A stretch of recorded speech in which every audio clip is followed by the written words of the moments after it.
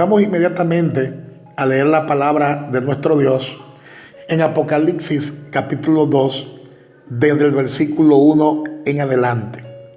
La palabra dice en el nombre de Jesús: escribe al ángel de la iglesia en Éfeso, el que tiene las 7 estrellas en su diestra, el que anda en medio de los 7 candeleros de oro, dice esto: yo conozco tus obras y tu arduo trabajo y paciencia, y que no puedes soportar a los malos, y has probado a los que dicen ser apóstoles y no lo son, y los has hallado mentirosos, y has sufrido y has tenido paciencia y has trabajado arduamente por amor de mi nombre y no has desmayado.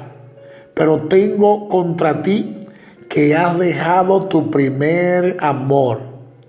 Recuerda, por tanto, de donde has caído y arrepiéntete y haz las primeras obras, pues si no, vendré pronto a ti y quitaré tu candelero de su lugar si no te hubieres arrepentido. Pero tiene esto, que aborrece las obras de los nicolaítas, las cuales yo también aborrezco. El que tiene oído, oiga lo que el Espíritu dice a las iglesias. Al que venciere le daré a comer del árbol de la vida, el cual está en medio del paraíso de Dios. Apocalipsis capítulo 2, desde el versículo 1 hasta el versículo 7. El apóstol Pablo empezó la iglesia de Éfeso, porque aquí la carta está dirigida históricamente a la iglesia de Éfeso, la cual se encontraba en Asia Menor. Entonces el apóstol Pablo empezó esta iglesia alrededor del año 55 después de Cristo, según lo que plantea el libro de Hechos capítulo 18, del versículo 18 al versículo 21. O sea, Pablo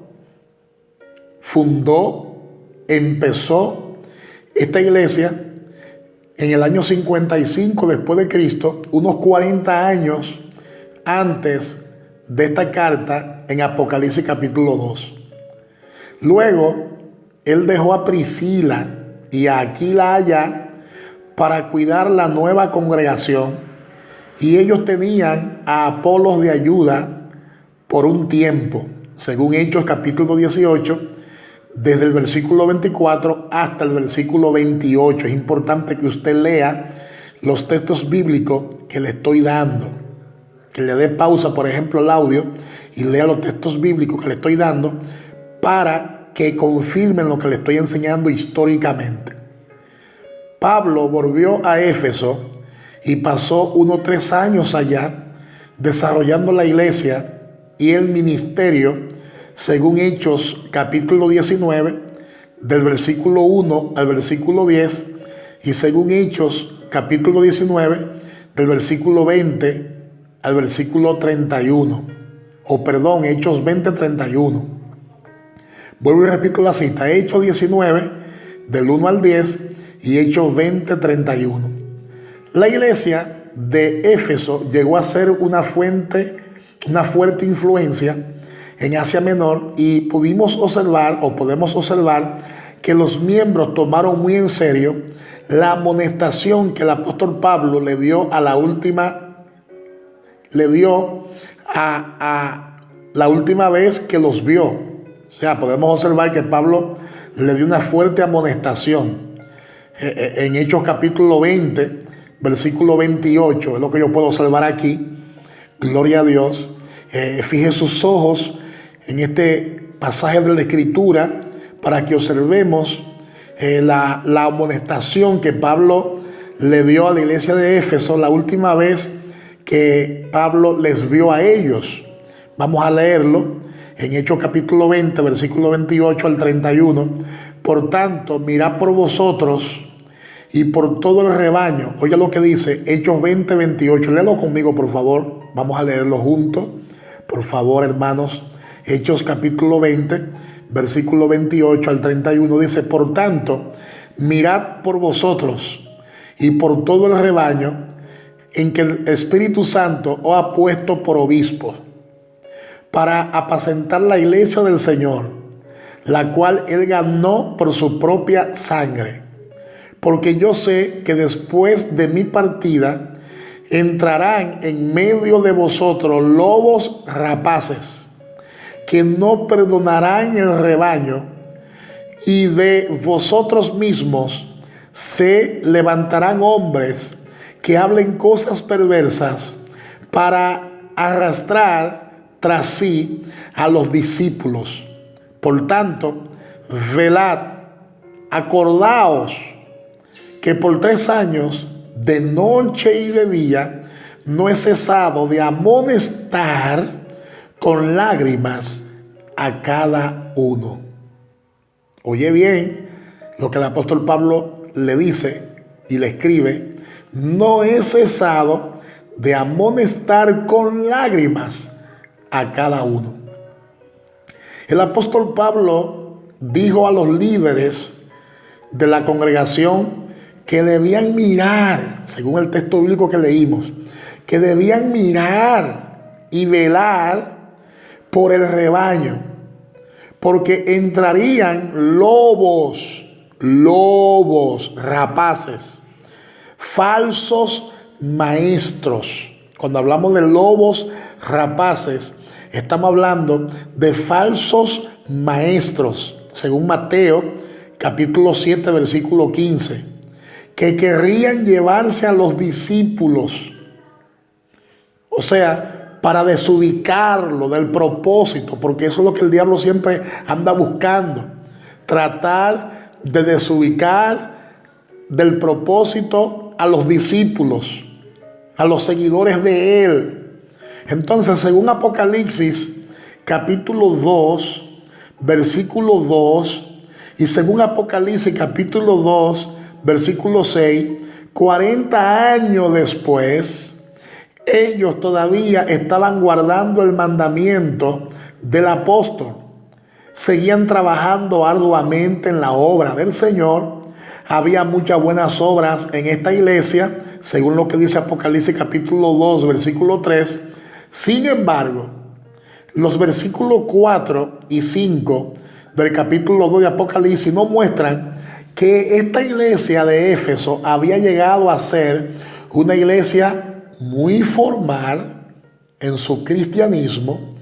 Llegó a ser como Marta en los evangelios, afanada y turbada, con muchos quehaceres, dejando de lado la relación necesaria del amor. Era una iglesia muy formal, pero no había amor en ella, porque había perdido su primer amor, que era estar con el Señor. Marta estaba envuelta en lo mismo, en sus afanes, estaba turbada en sus quehaceres y había dejado de lado lo más importante, según lo que dice el libro de Lucas en su capítulo 10, versículos 41 y 42. O sea, los miembros de esa casa de fe, los miembros que formaban parte de esta iglesia de Éfeso, dejaron de lado la cosa más importante, y era su relación íntima y personal con el Señor. Tenían las obras, lo dice el libro de Apocalipsis capítulo 2, del versículo 1 hasta el 7. Tenían las obras, pero no tenían una relación con Jesús. Tenían las obras, pero su relación estaba marchitada. Y esto se llama religiosidad.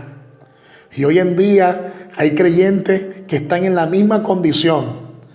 Hacen muchas obras, pero se han olvidado del Señor de la obra. Están afanados en la obra del Señor, pero han descuidado su vida de intimidad con Dios. Y la carta a los creyentes en Éfeso entonces nos muestra una iglesia muy formal, muy organizada, con obras, pero sin el primer amor. ¿Están entendiendo esto? Una iglesia muy formal, pero una iglesia carente de amor de Dios. De manera que podemos observar en la carta a la iglesia de Éfeso, podemos observar una especie de lo que yo llamo fundamentalismo, según Apocalipsis capítulo 2 del 1 al 7. Por ejemplo, un creyente que es fundamentalista, un cristiano que es fundamentalista, es el cristiano que tiene buenas obras, pero sin una relación personal con el Señor. Tiene la buena y sana doctrina y por lo tanto puede señalar a los falsos maestros y enumerar sus errores con facilidad. Sin embargo, ha dejado su primer amor, ha dejado su andar personal con Jesucristo, cambió su relación personal por un sistema de reglas externas, y aunque tiene mucho conocimiento y una capacidad increíble de exponer doctrina y de descubrir errores, no tiene una relación de amor con Dios. Este es el fundamentalista seco y duro. Amén. Amén. Y hay gente así. Hay gente así en las iglesias. Gente que todo el tiempo están discutiendo su punto de vista doctrinario. Gente que todo el tiempo está discutiendo su punto de vista bíblico. Personas, gloria a Dios, que todo el tiempo viven señalando las reglas y se han olvidado de lo más importante, que es el amor y la misericordia de Dios. Tienen su propio sistema de reglas externas. Se viven fijando todo el tiempo en lo externo y juzgan de acuerdo a lo que ven en lo exterior. Pero no hay amor en su corazón. Tienen cierto conocimiento de la palabra. Tienen una capacidad increíble de exponer la doctrina que creen y de descubrir los errores y los supuestos errores que quizás otros tienen. Pero su relación personal con el Señor hace tiempo se ha marchitado. No tienen una relación de amor con Dios. Y a esto es que yo le llamo un creyente fundamentalista, pero está seco. No hay gracia de Dios en él, no hay unción de Dios en él, porque su corazón se ha engrosado, su corazón se ha endurecido. Debemos entender algo más, porque era que Dios tenía un propósito muy grande con esta iglesia de Éfeso, y tiene un propósito muy grande con nosotros, porque es importante que estos textos bíblicos nosotros nos los apliquemos para nuestra necesaria edificación y crecimiento espiritual. Entonces es importante que entendamos que el nombre Éfeso quiere decir propósito pleno.